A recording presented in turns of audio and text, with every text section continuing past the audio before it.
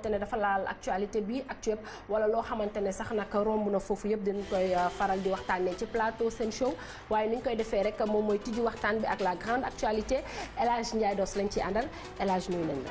jaajëf ñu ngi lay fay Salma di nuyu téléspectateur yu la chaîne leader Sen TV émission bi di Sen Show tey nag li ñuy waxtaanee moom moo di mbiru Sénégal yi nga xamante ne dañu nekk ci bitim réew di fa jànkonteek ay jafe-jafe prétexte bi nag moom mooy la xew ci Arabie Saoudite ñu ne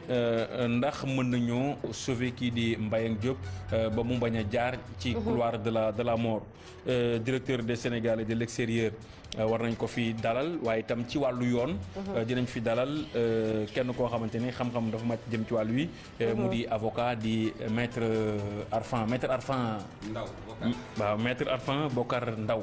mooy doon sunu gan kon loolu la ñuy waxtaanee rek mu nekk actualité phare bi gis ngeen ne site internet ci presse écrite bi ñëpp ñu ngi ciy wax di ñaan yàlla rek mu daal di dellu si te bañ a jaar ci couloir de la mort bi ni ko El Hadj Ndiaye Doss waxee bu ñu paree foofu nag actualité bi dafay continuer ci plateau Sen Show fi ñu jëm fan la ci site internet yi liñ fa gën a jëlee ñu dippee ko les actualités phares du web Binta Mané lañ ci àndal Binta di la nuyu di la bàyyi nga wax ñu mu bokk rek ci say actualité phare tey. mu bokk suñu actualité phare Yaya Jammeh mi nga xam ne mi ngi artu tamit nguuru Sénégal di artu plus précisément ki nga xam ne moo nekk Macky Sall ci ay ndawi réew yi nga xam ne ñi ngi ñëw foofu noonu di sàcc nag yi nekk foofu noonu ci Gambie nee na comme ci jàpp rek du dàggu kenn dina dagg tàqale sa bopp ak sa baat loolu bokk ci actualité yi tey tamit ñu daal di war a am invité ki nga xam ne moo nekk Mouhamed Niang par rapport ak interdiction cant yi nga xam ne tere nañ ko foofu noonu ci grand théâtre képp koo xam ne mu nekk cantaa rek tere nañ la ngay def ay yëngu-yëngal ci grand théâtre que mu nekk guddi Sëñ Saliou que mu nekk guddi Cheikh Béthio boobu la interdiction dinañ ci waxtaanee ki nga xam ne moo nekk le principal concerné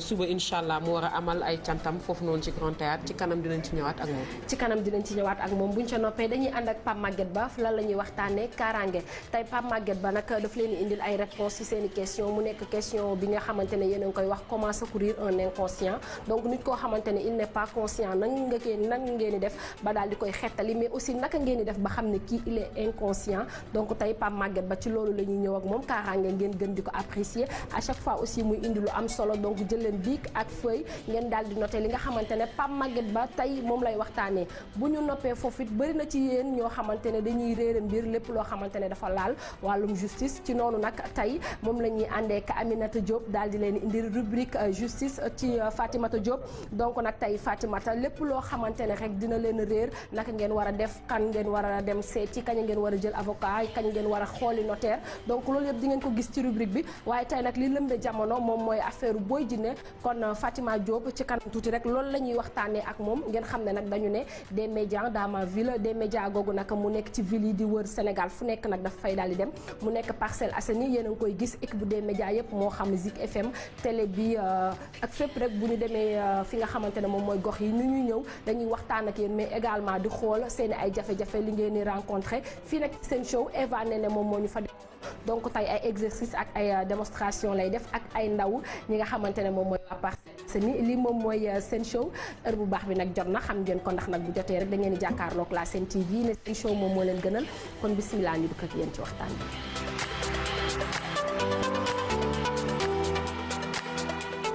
El Hadj kàddu gi jib na ma bàyyi la nga dàmpal. voilà jaajëf ñu ngi lay gërëm Salma maître Arfan Bokar Ndaw ñu ngi lay nuyu. maa leen di fay. voilà maître ci wàllu yoon la ñuy waxtaanee ak yow mbiri Sénégal yi ne ca bitim réew dañu gis ne Sénégal yu ci bari dañuy jànkonteeg ay jafe-jafe ci réew yooyu ñu nekk jafe-jafe yu aju ci wàllu yoon. yow en tant que juriste ci sa gis-gis lan mooy waral loolu. waaw li koy waral mooy boo dee seet ñi nga xamante ne dañoo nekk ci yeneen dëkk yi dafa am ñaari catégorie am na catégorie boo xamante ne xëy na dañuy wax ne c'est une catégorie privilégiée c'est les diplomates ñeneen ñi nag ñi nga xamante ne mooy ñi ëpp ci ñun ñi ñu xam ñi dem bitim réew dañuy nekk dans le régime lu ñuy wax le régime de droit commun nga xamante ne ñoom ak ndaw réew yi ñuy fekk ñoom ñooy bokk ci situation bu ñuy nekk li ñuy wax le standard minimum nga xamante ne li gën a néew ci ay àq dinañ ko am ak ci wàllu yelleef mais ci kaw loolu nag dañuy war a seetlu te xam ne li nga xamante ne moom nañu def foofu ba am ay jafe-jafe ci wàllu yoon ñeneen ñi nekk ci dëkk bi bu ñu ko defee tam dañuy am même jafe-jafe yi ñoom léegi lu ñu war a fexe di ci taxaw mooy benn ñu xam ñoom bu ñu jàkkoonteeg yoon seen ndawal réew yi fa nekk nañ leen mën a taxawoo et puis bu ñu ñëwee tamit ñu xëy na am jàngat xam réew lu muy doxee li ñu fay nangook li ñu fay tere xam daal seen situation nga xam ne day mel ni ñoom bu ñu nekkoon seen réew waaye su dul loolu bu ñu amee jafe-jafe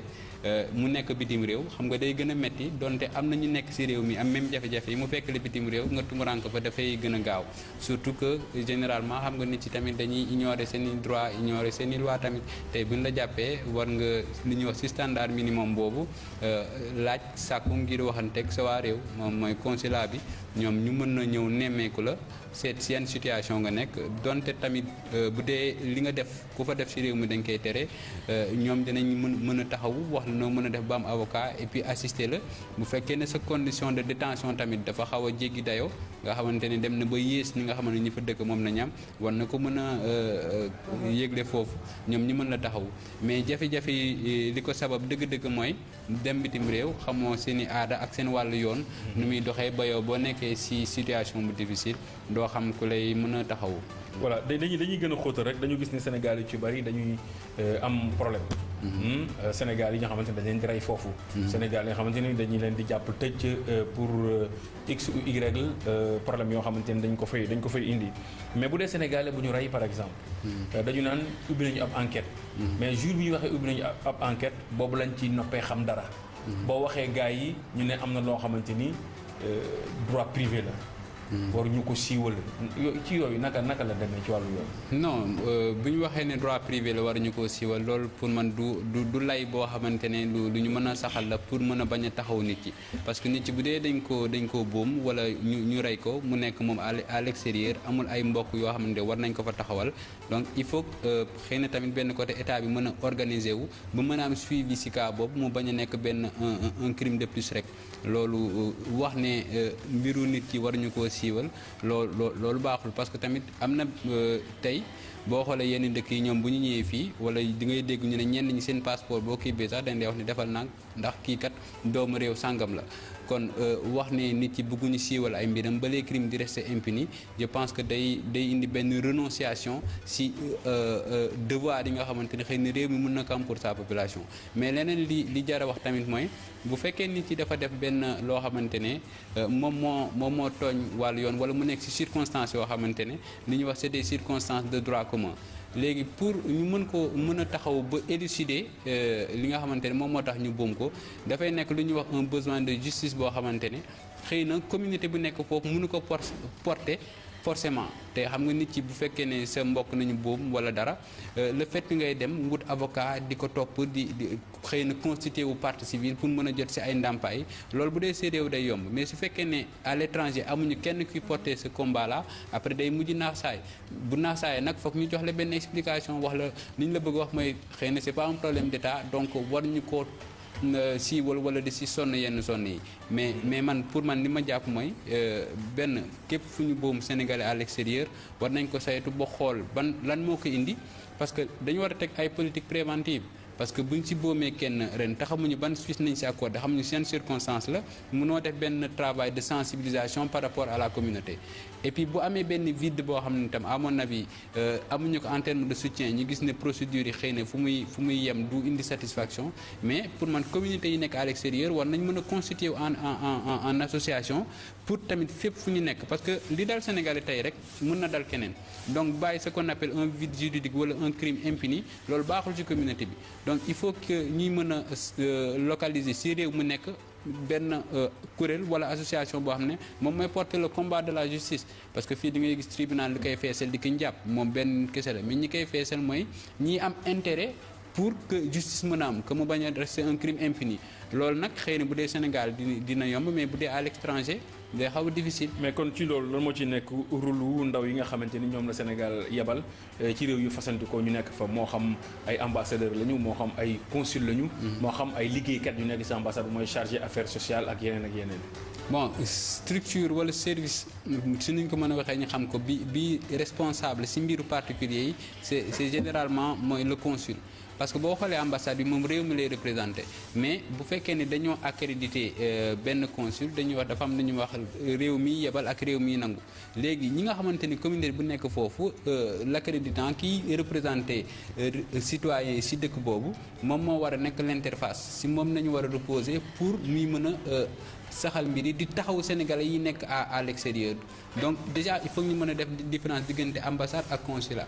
et il faudrait que aussi fu sénégalais nekk aussi dans un nombre assez significatif ñu fexe ba ñu mën fa am représentation parce que représentation boobu moom mooy nekk lu ñuy wax l'interface wala l'interlocuteur direct de l'état d'accueil tey am na information yoo xamante ni bu dalee ci benn sénégalais le consul il est en droit de savoir dans quelles conditions est-ce que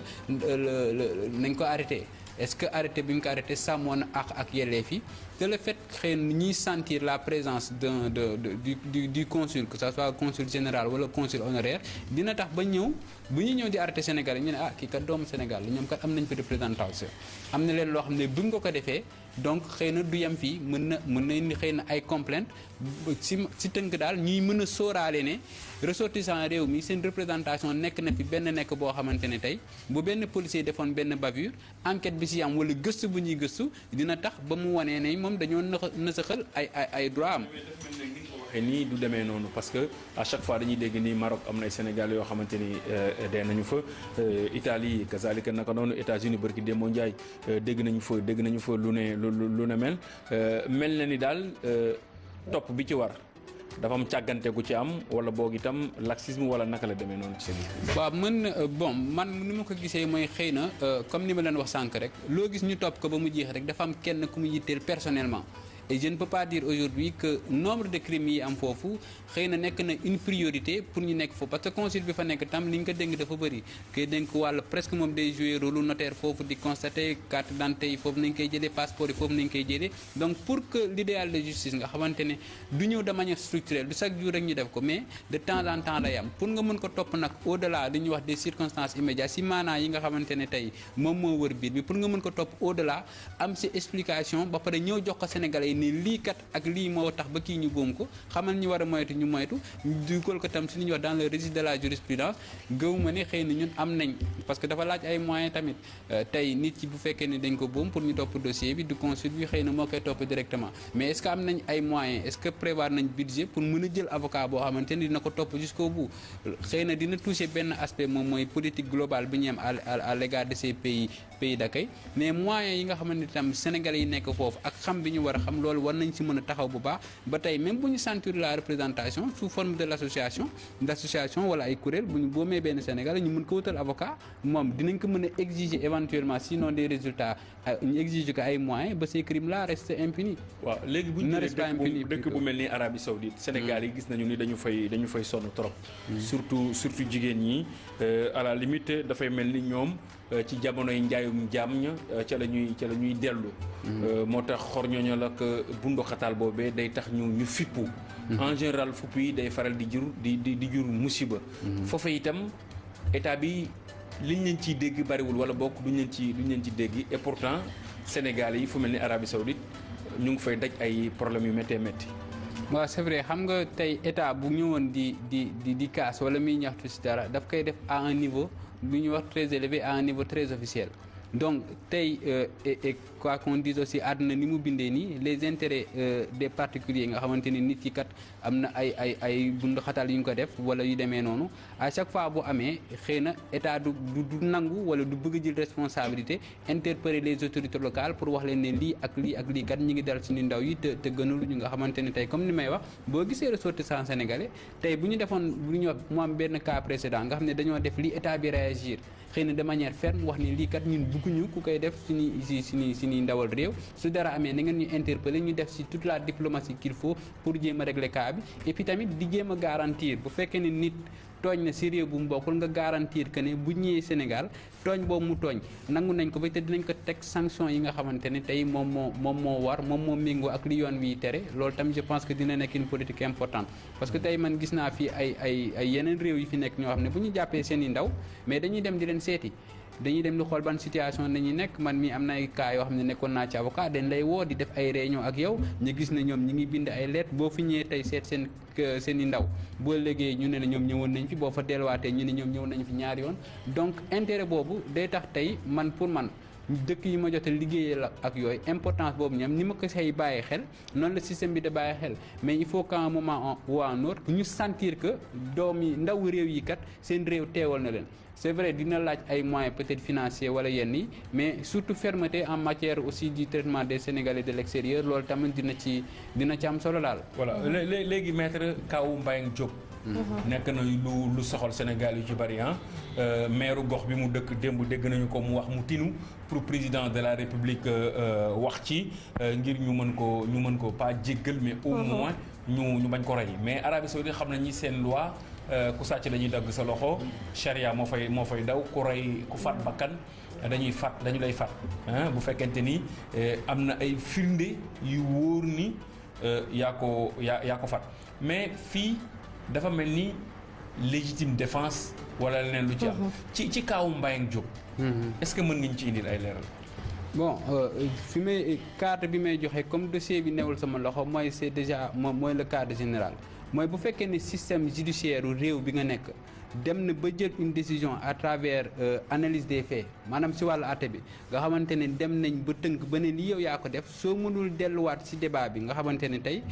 mun nga demander peut-être pour ay éléments enquête yi nga am yow yoo xamante ne yow yaa ko gëstul sa bopp xëy na demander révision du procès bu fekkee ne la décision dem na ba àtte bi sax ba kenn mënut ci dara foofu doo mën a indi ay critiques sur le système en tant que tel ni mu fonctionner ak ni ñuy condamner parce que question de souveraineté la leneen liñ si mën a xaar mooy du point de vue de la diplomatie comme ni ma doon wax sànq ñu garantir ne que kii ndaw réew mi liñ koy toppee nga xam ne ñun lii ngeen ko teg ay daan ñun xëy na bu ngeen ñu ko jébbalee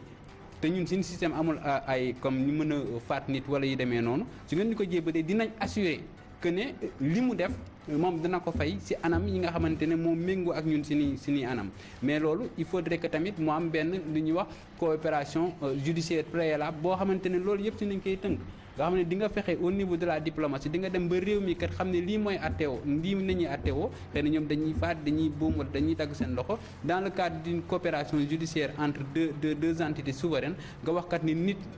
signé ak ñoom convention ni nit bu demee ba atte bi sax donte mënuma dugal sama loxo ci atte bi bu fekkee ne daan bi lii la ak lii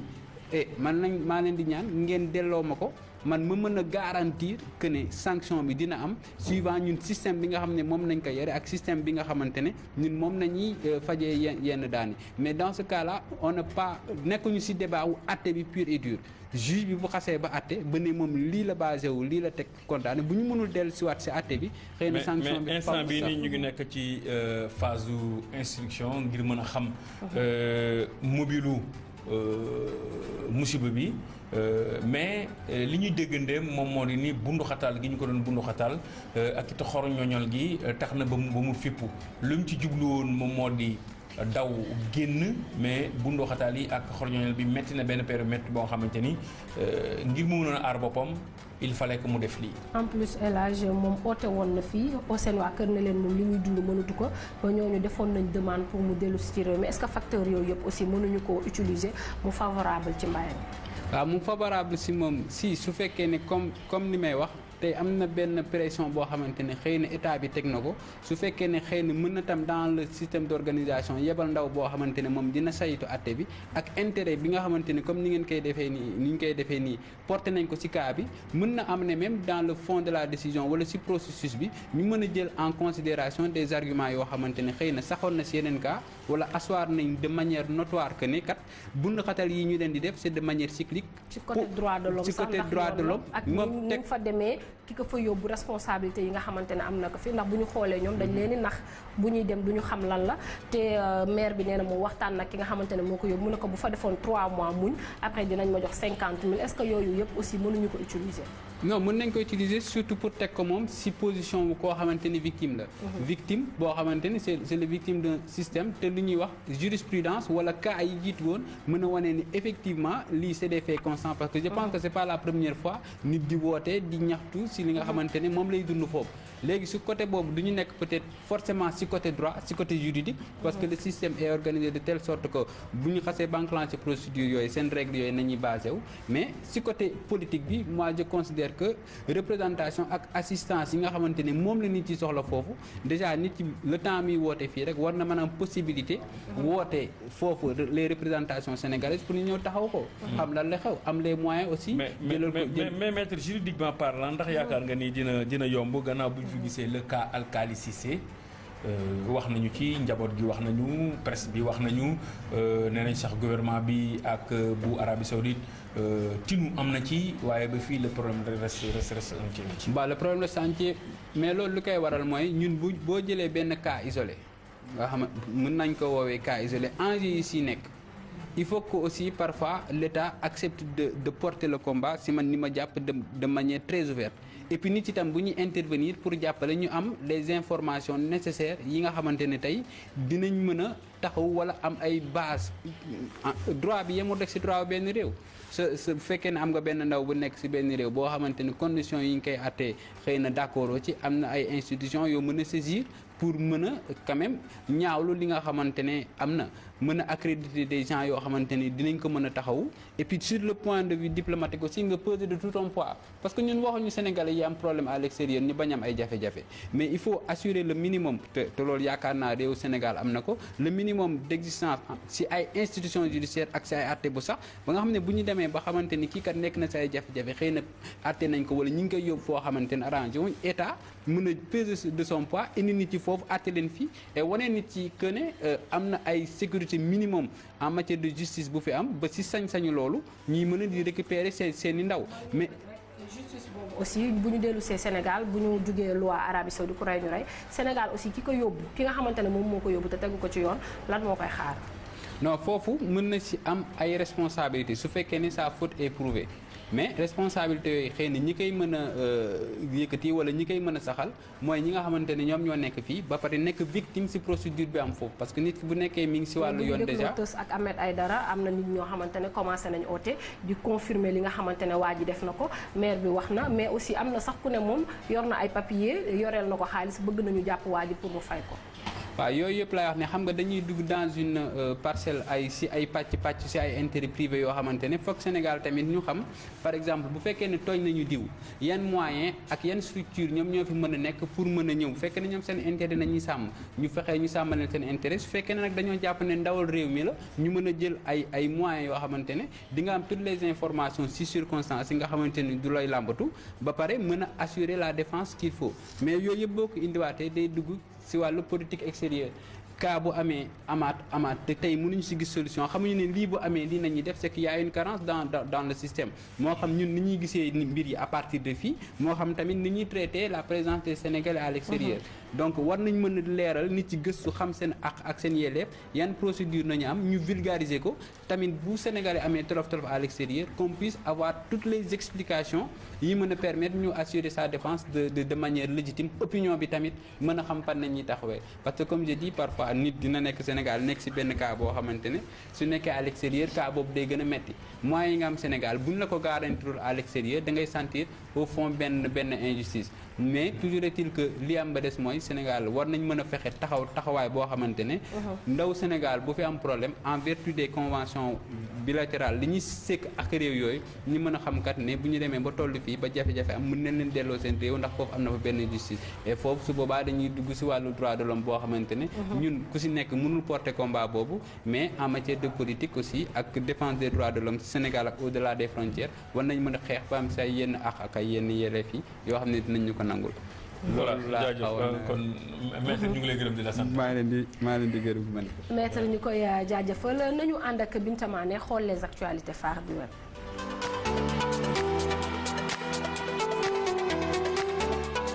Binta ñuy xaarandi sa gan Mouhamed Niang teewagul ci plateau bi waaye rek balaa boobu ma bàyyi la nga présenté ñu actualité yi. ñu koy tàmbalee ak actualité boo xam ne mi ngi am léegi mu nekk tiis boo xam ne dal na foofu noonu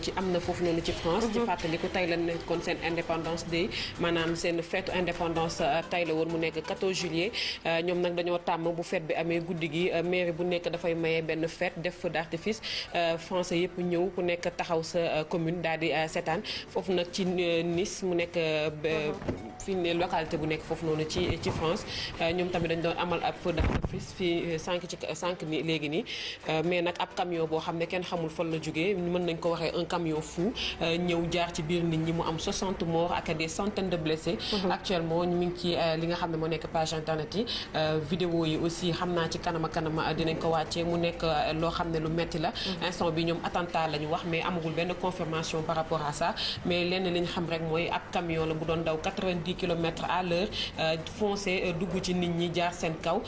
mu nekk loo xam ne daal lu metti la instant bi ñu toll daal liñ ci jot a compté mu nekk 60 morts et des centaines de blessés mu nekk cas bu grave boo xam ne am na tey ci feetu indépendance bu jouru feetu indépendance bu France loo xam ne war na marqué li nga xam ne moo nekk conscience. waaw mu nekk loo xamante ne lu métti la Binta ni nga ko waxee ndax 60 morts ak ay centaines de blessés nekkul lu tuuti waaye nag xibaar bu bees la rek boo xamante ne dafay soog a am foofu ca Nice lépp loo xamante ne rotandi na ci moo xam ay vidéo wala ay leeral ndax attentat la wala lan moo waral loolu rek Binta dina ci dikk ak yéen Binta ma bàyyi la nga continuer. ñu jàll ci dakarflash.com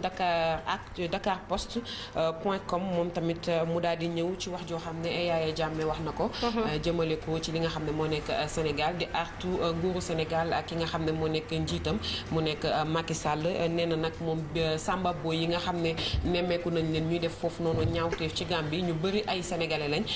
ba tax na nag moom mi ngi artu Macky Sall bépp sénégalais boo xam ne jàpp nañ ko muy sàcc bétail maanaam di sàcc li nga xam ne moo nekk nag wala xar foofu noonu ci frontière diggante Sénégal ak Gambie buñ la tegee loxo rek ñoom duñ ci def lenn loolu dinañ tàqali sa bopp ak sa baat dañ lay rey ci saase te amul dara loo xam ne dina ci dikk ndax ñoom ñoo tooñ nañu téye li nga xam ne mu nekk seen i ndawu réew buñ fa dugg di def benn infraction képp ku fa def benn infraction mu nekk sénégalais dinañ la rey ci saase mais aussi ñi nga xam ne ñoom ñooy sàkku xale yi ndax nee nañ fan yee passé sàkku nañ fa benn bébé bu am 6 mois donc képp kuñ fa jàpp tamit muy sàkku xale wala bébé buñ la jàppee rek àtte ba moom mooy rey te amul lenn loo xam ne pour sénégalais yi daal la ñu préciser te loolu mu nekk ay kàddu yoo xam ne mi ngi ko waxoon ci korité gi mais ñoom seen i journaux ñu ngi ko gën a fësal tey ñu wax ci nag ne nag koor gi jeex na képp koo xam ne jàpp nañ la rek nga nekk sénégalais nga sàcc foofu noonu dinañ la tàqale sa bopp ak sa baat amul beneen àtte boo xam ne moom moo ci mën a am na ñenn ñoo xam ne yabal nañ leen ci frontière yi pour ñu def li nga xam ne moom moo nekk seen liggéey def foofu ronde képp koo xam ne teg nañ la loxo rek amul benn recours boo xam ne mën na ci am dañ lay rey. mu nekk kàddu Yaya Jammeh président bu Gambie maître ndax peine bi xawul diis ndax sax bu ñu ñëwaatee ci charia ku sàcc ñu dagg sa loxo la wax waaye moom nee na sénégalais bu mu fa jàpp ngay sàcc day taxale sa bopp ak sa baat. waaw loolu de yaakaar naa ne xaw na ëpp si état bu ñu mën a wax un état peut-être démocratique. boo xamante itam y a un minimum xëy na de garantie par rapport aux droits de l'homme même si jaaxal mooy peut-être lan moom mën tax mu nekk xëy na une décision ciblée. nit ci moom bu fekkee ne wàllu àtte la rek da ngay àtte analyser infraction yi am wala tooñ yi gars yi di tooñ wax ni lii kat gis naa ne bëri na fi kuñ ci jàpp tam dinañ la si teg tel daan bon état bi moom comme on dit il est toujours souverain am na droit sàkku ay attem mais tamit ñëpp xam nañ ni àdduna bi bon ñi ngi fexe di jéem a yéegal fi nga xamante ne foofu la ak doomu aadama yi toll ba am na yenn yu bëri yoo xamante ne tam bu dee waxoon ne da ngay atte woo si charia carrément te xamaloo ko nit ci tamit war nga leen si mën a maanaam am na noo xamante ne mën nga garanti tamit seen possibilité de repentir maanaam mooy ñu mën a dellu si mën a tuub mën a dellu si société kon daal am na ci droit moom li mu wax. ah gannaaw comme te ne dafa laal actualité bi actuelle wala loo xamante ne sax nag romb na foofu yëpp dañ koy faral di waxtaanee ci plateau Sen Show waaye ni ñu koy defee rek moom mooy tijji waxtaan bi ak la grande actualité El Hadj Ndiaye Dos lañ ciy àndal El Hadj nuyu nañ la. jaajëf ñu ngi lay fay Salma di nuyu téléspectateur yu la chaîne leader Sen TV émission bi di Sen Show tey nag li ñuy waxtaanee moom moo di mbiru Sénégal yi nga xamante ne dañu nekk ci bitim réew di fa jànkonteek ay jafe-jafe prétexte bi nag moom mooy la xew ci Arabie Saoudite ñu ne ndax mën nañoo sauver kii di Mbayang Diop ba mu bañ a jaar ci couloir de la mort directeur des Sénégalais de l'extérieur war nañ ko ko fi dalal waaye itam ci wàllu yoon. dinañ fi dalal kenn koo xamante ni xam-xam dafa màcc jëm ci wàllu wi. mu di avocat di maître Arfan Ndaw. waaw maître Arfan Bokar Ndaw. mooy doon sunu gan kon loolu la ñuy waxtaanee rek mu nekk actualité phare bi gis ngeen ne site internet ci presse écrite bi ñëpp ñu ngi ciy wax di ñaan yàlla rek mu daal di dellu si te bañ a jaar ci couloir de la mort bi ni ko El Hadj Ndiaye Doss waxee bu ñu paree foofu nag actualité bi dafay continuer ci plateau Sen Show fi ñu jëm fan la ci site internet yi li ñu fa gën a jëlee ñu dippee ko les actualités phares du web Binta Mané lañ ci àndal Binta di la nuyu di la bàyyi nga wax ñu mu bokk rek ci say actualité phare tey. mu bokk suñu actualité phare Yaya Jammeh mi nga xam ne mi ngi artu tamit nguurug Sénégal di artu plus précisément ki nga xam ne moo nekk Macky Sall ci ay ndawi réew yi nga. ak ndaw réew yi ñuy fekk ñoom ñooy bokk ci situation bu ñuy nekk li ñuy wax le standard minimum nga xamante ne li gën a néew ci ay àq dinañ ko am ak ci wàllu yelleef mais ci kaw loolu nag dañuy war a seetlu te xam ne li nga xamante ne moom nañu def foofu ba am ay jafe-jafe ci wàllu yoon ñeneen ñi nekk ci dëkk bi bu ñu ko defee tam dañuy am même jafe-jafe yi ñoom léegi lu ñu war a fexe di ci taxaw mooy benn ñu xam ñoom bu ñu jàkkoonteeg yoon seen ndawal réew yu fa nekk nañ leen mën a taxawoo et puis bu ñu ñëwee tamit ñu xëy na am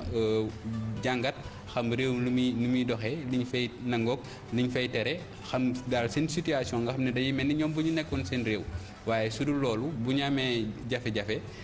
mu nekk bitim réew xam nga day gën a metti donte am na ñu nekk ci réew mi am même jafe-jafe yi mu fekk la bitim réew nga tumurank fa dafay gën a gaaw surtout que généralement xam nga nit ci tamit dañuy ignorer seen i droit ignorer seen i loi tamit tey buñ la jàppee war nga li ñuy wax ci standard minimum boobu laaj sàkku ngir waxanteeg sa waa réew moom mooy consulat bi ñoom ñu mën na ñëw nemmeeku la seet si yan situation nga nekk donte tamit bu dee li nga def ku fa def ci réew mi dañ koy tere ñoom dinañ mën a taxawu wax la noo mën a def ba am avocat et puis assister la bu fekkee ne sa condition de détention tamit dafa xaw a jéggi dayoo nga xamante ne dem na ba yées ñi nga xamante ne ñi fa dëkk moom la ñam war na ko mën a yëgle foofu ñoom ñi mën la taxawu mais jafe-jafe yi li ko sabab dëgg-dëgg mooy dem bitim réew xamoo seen i aada ak. xam ne ñi ngi ñëw foofu noonu di sàcc nag yi nekk foofu noonu ci Gambie nee na comme ci jàpp rek du dàggu kenn dina dagg tàqale sa bopp ak sa baat loolu bokk ci actualité yi tey tamit ñu daal di war a am invité ki nga xam ne moo nekk Mouhamed Niang par rapport ak interdiction cant yi nga xam ne tere nañ ko foofu noonu ci grand théâtre képp koo xam ne mu nekk cantaa rek tere nañ la ngay def ay yëngu-yëngal ci grand théâtre que mu nekk guddi Sëñ Saliou que mu nekk guddi Cheikh Béthio boobu la interdiction dinañ ci waxtaanee ki nga xam ne moo nekk le principal concerné suba incha allah mu war a amal ay cantam foofu noonu ci grand théâtre ci kanam dinañ ci ñëwaat ak moom. ci kanam dinañ ci ñëwaat ak moom buñ ca noppee dañuy ànd ak Pape Maguette Ba lan la ñuy waxtaanee kaaraange tey Pape Maguette Ba nag daf leen indil ay réponses ci seen i question mu nekk question bi nga xamante ne yéen a ngi koy wax comment secourir un inconscient donc nit koo xamante ne il n'est pas conscient nan ngeen di def ba daal di koy xettali mais aussi naka ngeen di def ba xam ne kii il est inconscient donc tey Pape Maguette Ba ci loolu la ñuy ñëw ak moom kaaraange ngeen gën di ko apprécier à chaque fois aussi muy indi lu am solo donc jël leen bic ak feuille ngeen daal di noter li nga xamante ne Pape Maguette Ba tey moom lay waxtaanee bu ñu noppee foofu it bëri na ci yéen ñoo xamante ne dañuy réere mbir lépp loo xamante ne dafa laal wàllum justice ci noonu nag tey moom la ñuy àndee ak Aminata Diop daal di leen indi rubrique justice ci Fatimata Diop donc nag tey Fatimata lépp loo xamante ne rek dina leen réer naka ngeen war a def kan ngeen war a dem seeti kañ ngeen war a jël avocat kañ ngeen war a xooli notaire donc loolu yëpp di ngeen ko gis ci rubrique bi waaye tey nag li lëmbe jamono moom mooy affaire Boy Djiné kon Fatima Diop ci kanam tuuti rek loolu. seen wàllu yoon nu muy doxee ba yow boo nekkee ci situation bu difficile doo xam ku lay mën a taxawu. voilà dañuy gën a xóotal rek dañu gis ne Sénégal yu ci bari dañuy am problème. Sénégal yi nga xamante ne dañ leen di rey foofu. Sénégal yi nga xamante ne dañuy leen di jàpp tëj pour x ou y problème yoo xamante ne dañ ko fay indi mais bu dee Sénégalais bu ñu rey par exemple. dañu naan ubbi nañu ab enquête. mais jour bi ñu waxee ubbi nañu ab enquête boobu lañ ci noppee xam dara. boo waxee gars yi ñu ne am na loo xamante ni droit privé la. war ñu ko siiwal ci yooyu naka la demee ci wàllu yoon. non bu ñu waxee ne droit privé la war ñu koo siiwal loolu pour man du lay boo xamante ne lu ñu mën a saxal la pour mën a bañ a taxaw nit ki parce que nit ki bu dee dañ koo boom wala ñu rey ko mu nekk moom à l'extérieur amul ay mbokk yoo xamante ne war nañ ko fa taxawal donc il faut xëy na tamit benn côté état bi mën a organiser wu ba mën a am suivi ci cas boobu mu bañ a nekk benn un crime de plus rek loolu wax ne mbiru nit ki war ñu koo siiwal loolu baaxul parce que tamit am na tey boo xoolee yenn dëkk yi ñoom bu ñu ñëwee fii wala di ngay dégg ñu ne ñenn ñi seen passeport boo kii bee sax dañ lay wax ni defal nag ndax kii kat doomu réew sàngam la kon wax ne nit yi bëgguñu siiwal ay mbiram ba les crimes di rester impunis je pense que day indi benn renonciation si devoir yi nga xamante ne xëy na réew mi mën na ko am pour sa population mais leneen li jar a wax tamit mooy bu fekkee nit yi dafa def benn. la ñuy waxtaanee ak moom ngeen xam ne nag dañu ne des médias dans ma ville des médias googu nag mu nekk ci ville yi di wër Sénégal fu nekk nag dafa fay daal di dem mu nekk Parcelles Assainies yéen a ngi koy gis équipe bu des médias yëpp moo xam Zik FM télé bi ak fépp rek bu ñu demee fi nga xamante ne moom mooy gox yi ni ñuy ñëw dañuy waxtaan ak yéen mais également di xool seen ay jafe-jafe li ngeen di rencontré fii nag seen show Eva ne moom moo ñu fa donc tey ay exercice ak ay démonstration lay def ak ay ndaw ñi nga xamante ne moom mooy waa Parcelles Assainies lii moom mooy seen show heure bu baax bi nag jot na xam ngeen ko ndax nag bu jotee rek da ngeen di jàkkaarloog la Sen TV ne seen show moom moo leen gënal kon bismillah ñu dugg ak yéen ci waxtaan bi. El Hadj kàddu gi jib na ma bàyyi la nga dàmbal. voilà jaajëf ñu ngi lay gërëm Salma maître Arfan Bokar Ndaw ñu ngi lay nuyu. maa leen di fay. voilà maître ci wàllu yoon la ñuy waxtaanee ak yow mbiri Sénégal yi ne ca bitim réew dañu gis ne Sénégal yu ci bari dañuy jànkonteeg ay jafe-jafe ci réew yooyu ñu nekk jafe-jafe yu aju ci wàllu yoon. yow en tant que juriste ci sa gis-gis lan mooy waral loolu. waaw li koy waral mooy boo dee seet ñi nga xamante ne dañoo nekk si yeneen dëkk yi. dafa am ñaari catégorie am na catégorie boo xamante ne xëy na dañuy wax ne c'est une catégorie privilégiée c'est les diplomates ñeneen ñi nag ñi nga xamante ne mooy ñi ëpp si ñun ñi ñu xam ñi dem bitim réew dañuy nekk dans le régime lu ñuy wax le régime de droit commun nga xamante ne ñoom